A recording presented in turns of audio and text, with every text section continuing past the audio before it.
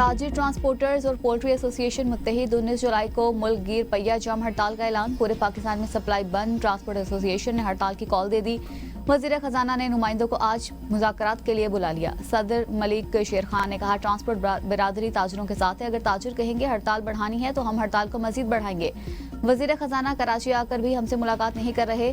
सरहद chamber of commerce and industry ने 19 जुलाई हड़ताल की हिमायत का ऐलान कर दिया। सदर फजल मुकीम खान ने कहा, हड़ताल पुरअमन लेकिन बामकसद होगी। पाकिस्तान पोल्ट्री एसोसिएशन भी 19 जुलाई की मुल्क गिर हड़ताल में शामिल होगी।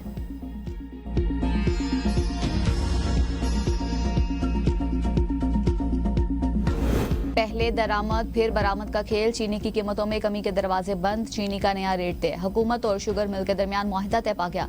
आवाम को रिलीफ की जगह महंगाई का तोहफा मिलेगा। चीनी का एक्स मिल रेट 165 रुपए मुकर्रर। शुगर मिल्स मालिकान हर माह एक्स मिल रेट में 2 रुपए इजाफा कर सकेंगे। सारिफ को नए एक्स मिल रेट का फायदा स्टॉक खत्म होने के बाद होगा। 6 माह में एक्स मिल कीमत में 40 रुपए इजाफा कर दिया गया। दिसंबर 2024 में चीनी की एक्स मिल कीमत 115 से बढ़ाकर 125 रुपए फी किलो मुकर्रर की गई थी। वजारत ग़िज़ाई तहफ़्फ़ुज़ के मुताबिक सूबाई हुकूमतें सस्ती चीनी की दस्तयाबी यकीनी बनाएंगी। हुकूमत ने 7,90,000 टन चीनी बरामद करने की इजाजत दी थी।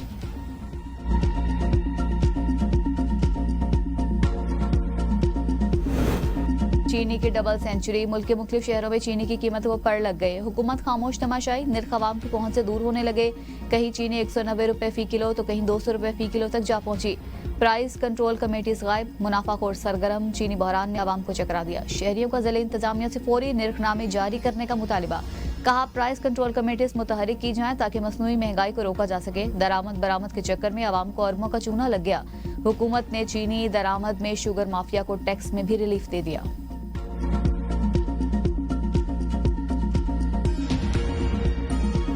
चीनी की डबल सेंचुरी का जिम्मेदार कौन? वजीर खजाना मोहम्मद औरंगजेब का बढ़ती कीमतों पर जवाब देने से गुरेज। प्रेस कॉन्फ्रेंस में कहा, चीनी की कीमतों में उतार चढ़ाव मामूल की बात है।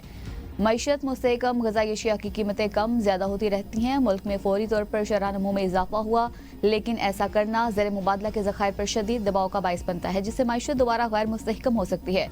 चीज़ों को रेगुलेट करना होगा। बुनियादी ग़िज़ाई अशिया की कीमतों को माहाना बुनियादों पर मॉनिटर कर रहे हैं। जितनी गुंजाइश थी, तनख्वाहदार तबके को टैक्स पे रिलीफ दिया।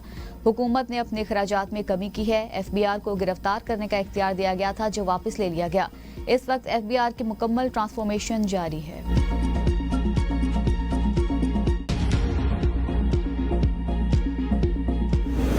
मुनाफाखोरों को खुला छोड़ेंगे तो कीमतें आवाम की पहुंच से बाहर हो जाएंगी। पंजाब में मुनाफाखोर अब पैरा की नजर से नहीं बच सकेंगे। वज़ीर आला पंजाब मरियम नवाज का तकरीब से खिताब। कहा, मेरी और आवाम की नजर पैरा पर होगी और पैरा की नजर महंगाई, ज़ख़ीरांदोज़ी और तजावुज़ात पर होगी। कब तक इंतजामिया महंगाई, मुनाफाखोरी और तजावुज़ात के खात्मे के लिए भागते रहेंगे? पंजाब की 144 तहसीलों में पैरा स्टेशन कायम किए जाएंगे। पैरा फोर्स मेरी आंख और कान है, हर जुल्म पर नजर रखेगी और ज़ख़ीरांदोज़ी, तजावुज़ात के खात्मे के लिए अपना काम अंजाम देगी। वज़ीर आज़म शहबाज शरीफ ने वफाकी काबीना का इजलास तलब कर लिया। इजलास में मुल्क की मौशी सूरत हाल का जायजा लिया जाएगा। कौमी और दाखिली सलामती से मुतल्लिक उमूर ज़ेर बहस आएंगे। इक़्तिसादी राबता कमेटी के फैसलों की तौसीक की जाएगी।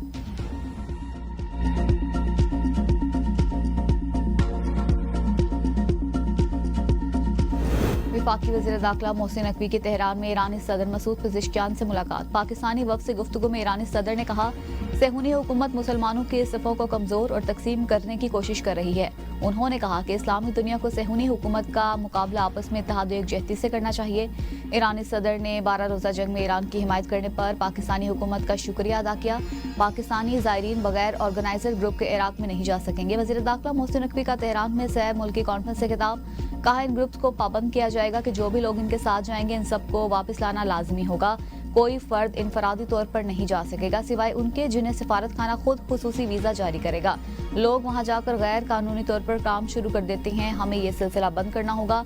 पाकिस्तान ईरान के दिफा के हक की हिमायत करता है। पाकिस्तान ने ईरान पर इसराइली हमले की खुलकर मजम्मत की, हर फोरम पर ईरान की हिमायत की। वज़ीर आज़म शहबाज शरीफ ने मुतहरिक सफारती किरदार अदा किया। सह मुल्की कॉन्फ्रेंस में ईरान और इराक जाने वाले ज़ायरीन की सहूलत के लिए हर मुमकिन इकदाम पर इत्तेफाक किया गया। कॉन्फ्रेंस में फैसला किया गया कि ज़ायरीन की सहूलत के लिए पाकिस्तान, ईरान और इराक का मुश्तरका वर्किंग ग्रुप तश्कील दिया जाएगा।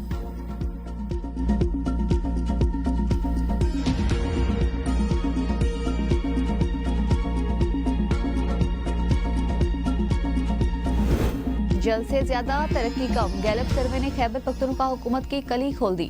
खैबर पख्तूनख्वा के 38% आवाम वजीर आला अली अमीन गंडापुर की कारकर्दगी से मुतमईन। 50% वजीर आला पंजाब मरियम नवाज की कारकर्दगी के मोतरफ। गैलप सर्वे के मुताबिक 60% लोगों ने कहा कि खैबर पख्तूनख्वा हुकूमत जल्सों और मुजाहिरों में वक्त जाया कर रही है। 57% अफराद सूबे में अमन अमान की सूरत हाल से खौफजदा। 52% के मुताबिक तरक्याती फंड करप्शन की नजर हो चुके। 67% शहरियों का हुकूमत पर रोजगार के मौके न देने का इल्जाम, जबकि 73% ने सरकारी नौकरियों में मेरिट के बजाय सिफारिश को तरजीह दिए जाने की शिकायत की। तहरीक इंसाफ के अपने 49% वोटर्स के मुताबिक उनके इलाकों में कोई नुमाया तरक्की नहीं हुई।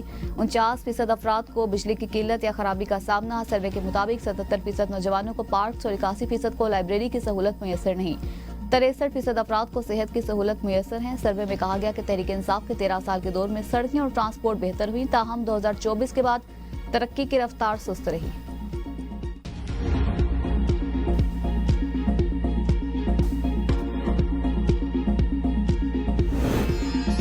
पीटीआई में अंदरूनी इख्तिलाफात। चेयरमैन पीटीआई बैरिस्टर गौहर का आलिया हमजा और शेख वकास अकरम से राबता। बैरिस्टर गौहर ने रहनुमाओं को इख्तिलाफी बयान देने से रोक दिया। कहा, पार्टी फोरम मौजूद है, मसाइल फोरम पर डिस्कस करें। किसी रहनुमा को शिकायत है तो मुझे बताएं, मनोवन मामला बानी पीटीआई के सामने रख दूंगा। आलिया हमजा के बयान के बाद शेख वकास अकरम का ऑडियो पैगाम मंजर आम पर आया। मुबैना ऑडियो में शेख वकास अकरम आलिया हमजा के रवैये पर नाराजगी का इजहार कर रहे हैं। शेख वकास अकरम ने ऑडियो पैगाम में कहा, आपने मेरा मैसेज सियाको सबाक से हटकर मीडिया के साथ शेयर किया, ये नाकाबिले बर्दाश्त है। आप किस किस्म की खातून हैं? आप लोग इतने मीडिया के भूखे हैं कि मेरे मैसेजेस लीक कर रहे हैं। मैं उन्हें असल हकाइक बताऊंगा कि कोर कमेटी में आपके कहने पर क्या किया।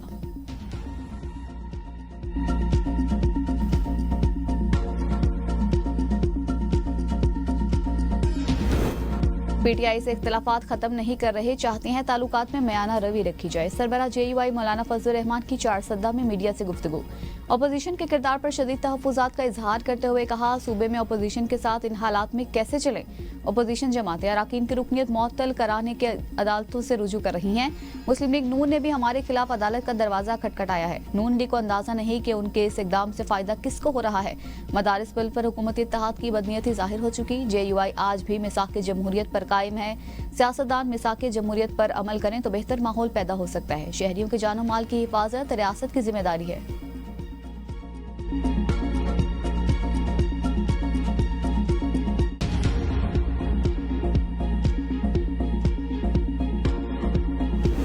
12 पीटीआई ने 5 अगस्त कहा, गंडापुर ने 90 दिन तजाद वाज़ेह है। वज़ीर दिफा ख्वाजा आसिफ की एबीएन न्यूज से गुफ्तगू। कहते हैं 90 दिन पाकिस्तान में वैसे ही बदनाम हो चुके हैं। अगर गंडापुर बानी पीटीआई से हटकर ऐलान कर रही हैं तो खुद जाने। पीटीआई का पावर शो पर पुरअमन रहा, किसी ने मुदाखलत नहीं की। सियासी सरगर्मियां पुरअमन हो तो जरूर जारी रहें। मिर्जा अफरीदी को नहीं जानता, सिर्फ नाम सुना है मिर्जा अफरीदी मालदार हैं, शायद बोली लगा दी हो। मौलाना फजलुर रहमान एक मुस्तनिद और मजबूत सियासी कुव्वत हैं। पीटीआई का खैबर पख्तूनख्वा में वो सियासी होल्ड नहीं रहा जो माजी में था।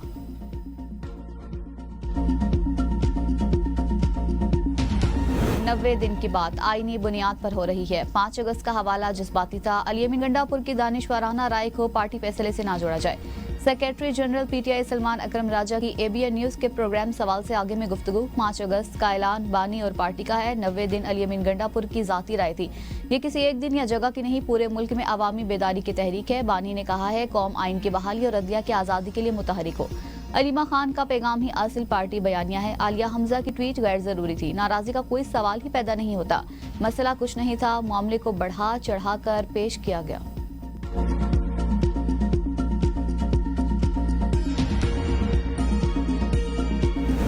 जिस तहरीक का नाम ही आर या पार है तो कौन ऐसे लोगों को वक्त देगा। वजीर आजम के मुशीर राना सनाउल्लाह का तंज। कहते हैं, इन लोगों को पार करने से पहले ही आर कर दिया जाएगा। इन लोगों की बस कोशिश है कि लोगों को इसी तरफ लगा कर रखें। बयानबाजी जुबानी जमा खर्च तक रहेगी, इन लोगों से कुछ नहीं होगा। नई शनाख्त के साथ नया आगाज। फ्रंटियर कांस्टेबलरी अब फेडरल कांस्टेबलरी होगी। सदर मुमलिकत ने फ्रंटियर कांस्टेबलरी रीऑर्गेनाइजेशन ऑर्डिनेंस 2025 जारी कर दिया।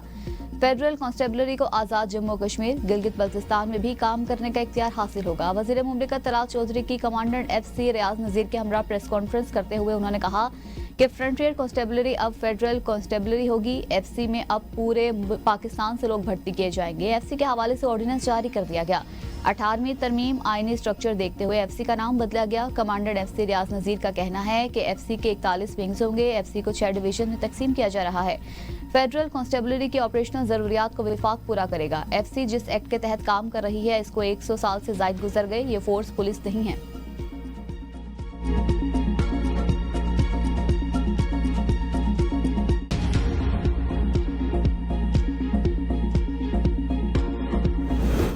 मार्गिल एवेन्यू मॉन्यूमेंट की तामीर तनाज़े का शिकार, सोशल मीडिया पर कड़ी तनकीद। सारिफीन ने सवाल उठाया, ये आइडिया किसका था।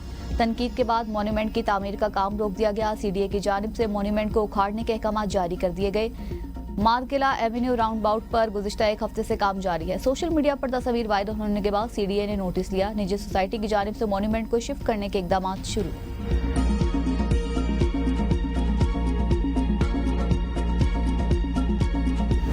हुमैरा असगर की मौत हादसा या साजिश, पोस्टमार्टम और फोरेंसिक सैंपल्स की जांच। तफ्तीशी जराये के मुताबिक मजमूई तौर पर 9 सैंपल जामिया कराची की फोरेंसिक लेबोरेटरी पहुंचाए गए, जिनमें हुमैरा असगर के भाई का ब्लड सैंपल भी शामिल है, जिससे डीएनए की तस्दीक की जाएगी ताकि किसी मुमकिन ताल्लुक या तजाद का जायजा लिया जा सके।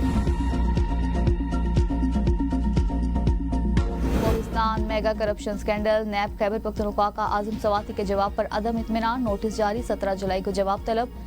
नैब कोहिस्तान स्कैंडल में 40 अरब रुपए से ज्यादा करप्शन की तहकीकात कर रहा है। नैब खैबर पख्तूनख्वा ने वज़ीर आला के मुआविन ख़ुसूसी अमजद अली को भी नोटिस जारी कर दिया। मुआविन ख़ुसूसी से असासा जात तफसीलात तलब।